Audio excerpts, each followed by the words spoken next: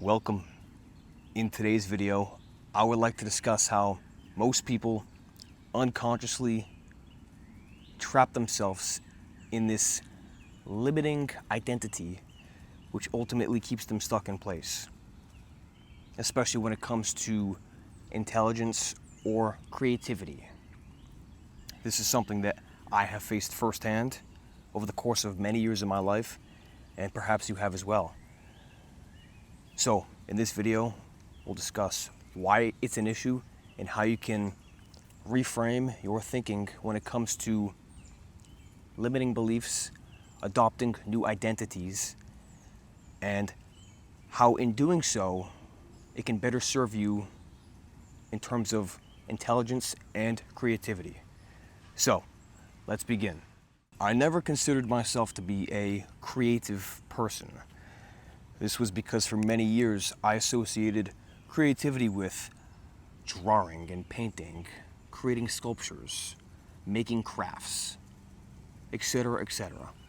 All the things that you're taught how to do in arts and crafts class in school. Now, yeah, of course I'd enjoy them in school, but outside of school I never did any of those things. My entire life revolved around playing sports, hanging out with friends, playing video games, and sometimes reading a book. I never considered any of those things to be creative endeavors. So as the years went on, and I made it to high school and then university, when it came to doing things that others would consider to be creative, I didn't, because for years I had conditioned myself to believe that I was not a creative person. A couple years back, when I started creating content, primarily through the written form on LinkedIn and in my email newsletters, and now these YouTube videos, I really struggled because for years I had adopted the identity of somebody who wasn't creative. But here I was trying to do something that is deeply creative. Now, of course, I had some skill and I was able to learn quickly. However, in the back of my mind, I was, as I said, adopting the identity of somebody who was not creative. And this ended up being a pretty big problem for me. After all, the story you tell yourself and the identity you adopt directly influences how you engage with the world around you. Your inner monologue, the person you think you are, inherently shapes every single action you do at all levels of life, whether that's a creative endeavor or in your relationships or pursuing a client in your business, working your 9-to-5, whatever the case may be. The script that's running through your head dictates every single action you take while consciously awake. Here's a quote I absolutely love. Your personality is your personal reality. If you believe you're somebody who's not creative, then you'll act in accordance with that. And as the days go on, collect evidence to prove that point to yourself. So with everything you do or everything you don't do, it'll validate that internal script that's running through your mind, hence reinforcing the identity you have created for yourself, whether it's a desirable or undesirable identity. Here are some examples. Every time you shy away from a new project, you are reinforcing the identity of somebody who's not creative. Every time you freeze up before sharing an idea, you're reinforcing the identity of somebody who's not creative. Every time you skip an opportunity to try something different, you are reinforcing the identity of somebody who is not creative. All of these things reinforce the beliefs you have come to accept, which ultimately strengthen the identity you have created for yourself. Of course, some people are naturally creative. Whether they were born with the ability to connect the dots with ideas that others don't see, whether they have this inborn ability to draw or to build things with their hands, or maybe they had parents who strongly encouraged creativity. However, from my experience, from what I have observed in the world around me and in my own life, I have noted that the people who more strongly take on the identity of somebody who is creative far outperform people who are inherently or naturally creative, who don't assume that identity. A fantastic example of this are the co-founders of Apple, Steve Jobs and Steve Wozniak. Wozniak was the technical genius. He was the engineer. He was the tech guy who was building the infrastructure of Apple. However, Steve Jobs was not that tech savvy. But in his mind, he knew that in order to contribute to the same degree that Steve Wozniak was contributing to the company, he had to be the creative guy. He had to be the one who connected the dots of ideas that seemed absurd. He had to be the marketing genius. He had to be the one who was willing to tell stories within the narrative of the company. In assuming the identity of the creative guy, he was able to take the technicality of the product and create this once-in-a-lifetime brand, which is Apple. Here I am recording this video with an Apple product. You probably have Apple products as well, or at least you've heard of Apple products.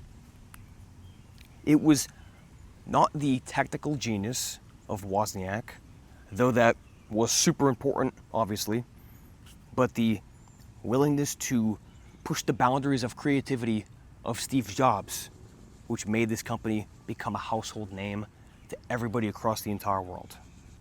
When a belief is accepted, it's now the lens through which you see the world. This alters your reality, so it is your reality. And this can be applied to any area of life. Of course, we're discussing creativity here, but it doesn't matter what the beliefs are that you have in question. This framework is applicable to all areas of life. Here's an example.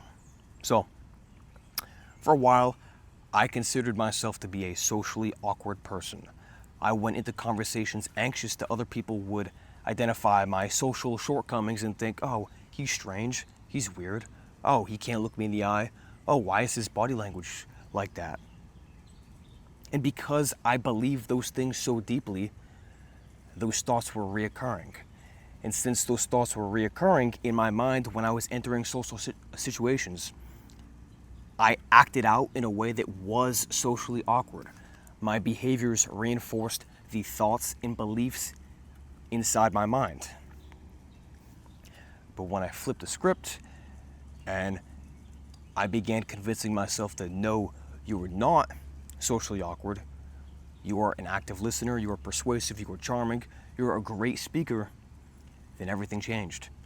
It's a way of positively brainwashing yourself, so to speak.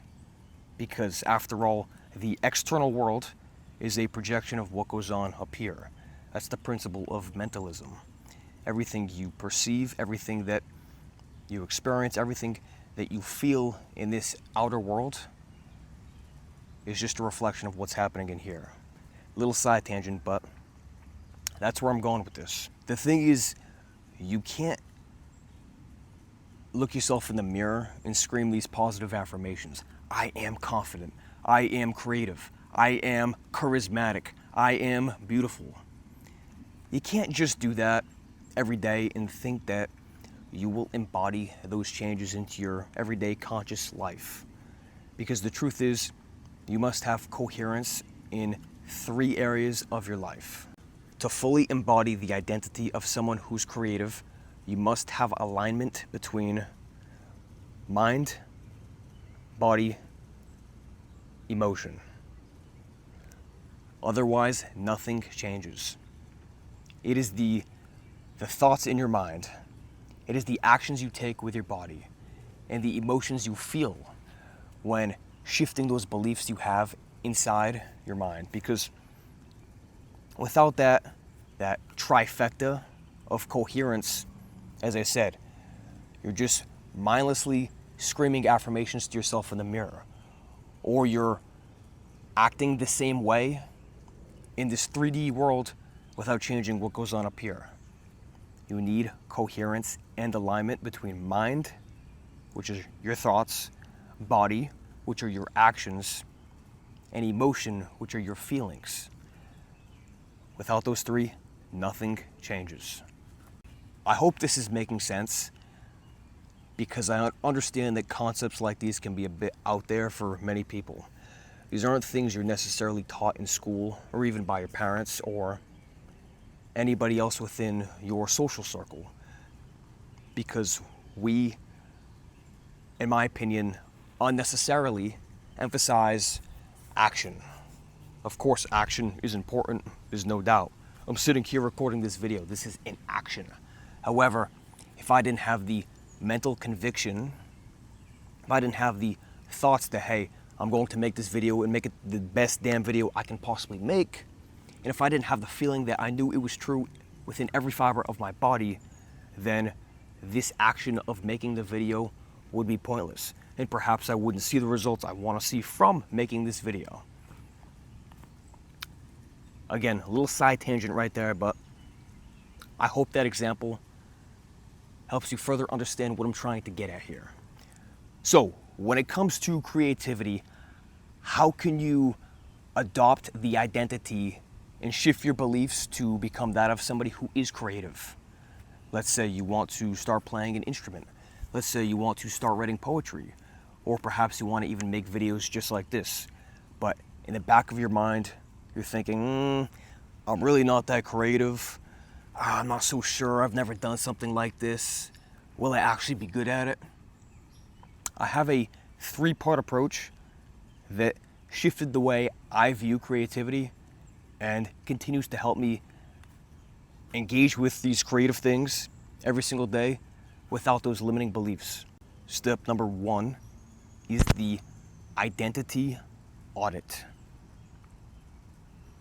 The point with this identity audit is to assess, understand, and reframe the inner monologue you have going on within your mind, especially the negative thoughts that are going on within your mind.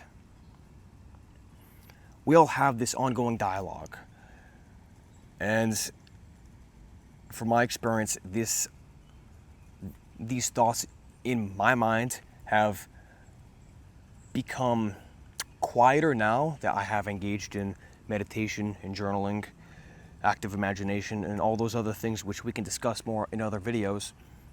But initially, these thoughts in my mind before and in the minds of most people are most active when you are anxious, when you are unsure of yourself, when you are about to engage in some sort of activity that you don't fully believe you can do at a high level, such as creativity, any sort of creative work that is new to you. That is when these ongoing limiting beliefs and thoughts begin to run rampant.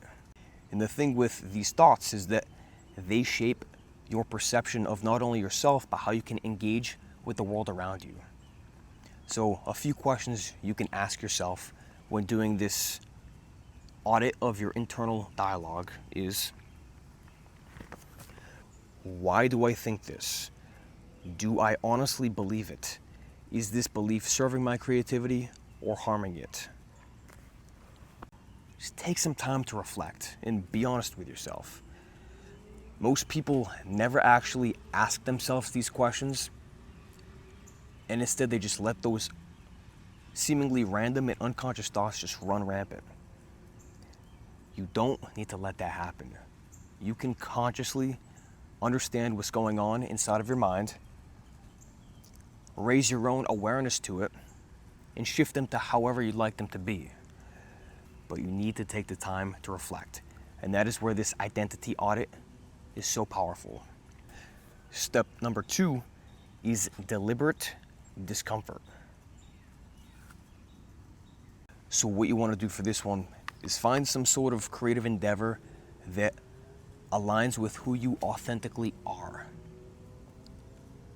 And then once you find whatever that is, just immerse yourself into it. Regardless of how scary it is or what you think other people will think about it, just do it. In the world of mental health, which is my background, this is a form of exposure therapy, where you voluntarily expose yourself to whatever it is that's scaring you. And in doing so, you don't become less afraid, but you become braver of doing that thing. So with this deliberate discomfort, you are deliberately engaging in the creative act, and you're not thinking about what will happen as a result. A great way to go about this, if you're somebody who's very nervous, is engage in the creative act and don't publish it. Don't show it to anybody. Don't tell anybody what you were doing. Just draw that piece, paint that picture, write that poem, make a video for yourself. And once you do it, you'll feel a sense of energy. You'll feel ready to go. You have momentum. This is something I talked about probably 5 or 6 videos back. I'll put a link to it up here somewhere, or up here, and you can check that out if you like. But as I was saying, as you continue to do these creative things, you build momentum. When you build momentum through your actions, you ultimately reshape how you think about it, because now you're thinking in your mind, okay, well, I did the creative action I wanted to do, therefore my thoughts related to that action aren't necessarily true. And from there you can further reinforce your thoughts, as I said, through journaling, through meditation, through active imagination, concurrently with taking that action, with deliberately putting yourself in the uncomfortable position of creating. And then as time goes on, maybe you'll feel more confident in sharing your work with others. Maybe you'll want to publish that newsletter, or post that picture of your painting online, or post that video that you made online. Whatever the case may be. The point is deliberately putting yourself out there and engaging with the creative act without fearing what will happen after. That's step number 2.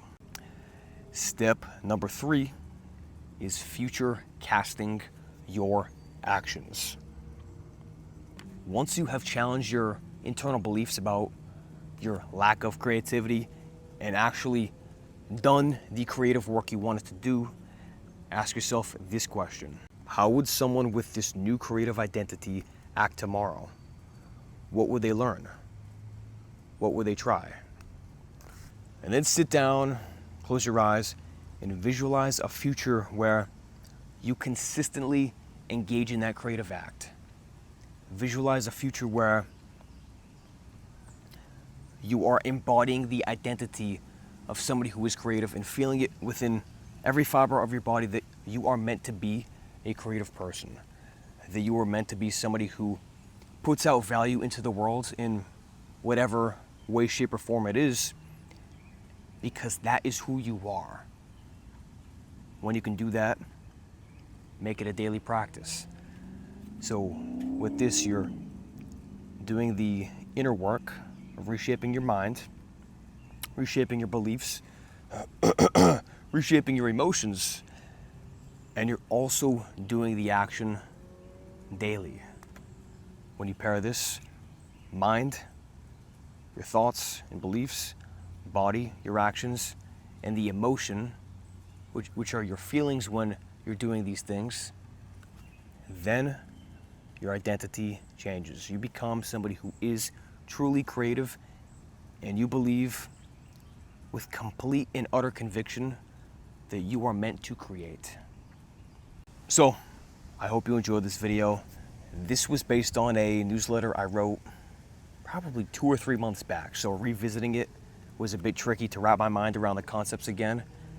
However, this is something I am passionate about, as I believe everybody in some way, shape, or form should be creating something of value for the world around them. Not everybody needs to make content like this. Not everybody needs to write or record or make music or paint. But we all have some sort of creative activity that we can enjoy, that we potentially will enjoy. It just comes down to accepting the fact that, hey, my creative work doesn't need to be on par with Pablo Picasso or Leonardo da Vinci. However, I can still be a creative person and enjoy what it is I'm doing. This could be cooking eggs and bacon every morning for breakfast. That is a creative endeavor. This could be moving the furniture around in your home, whatever the case may be. As I said, ensure that there is alignment between mind, body, and emotion, and you won't struggle to create things and become the creative person you're meant to be. So, anyways, thanks for watching. If you made it this far, you're amazing.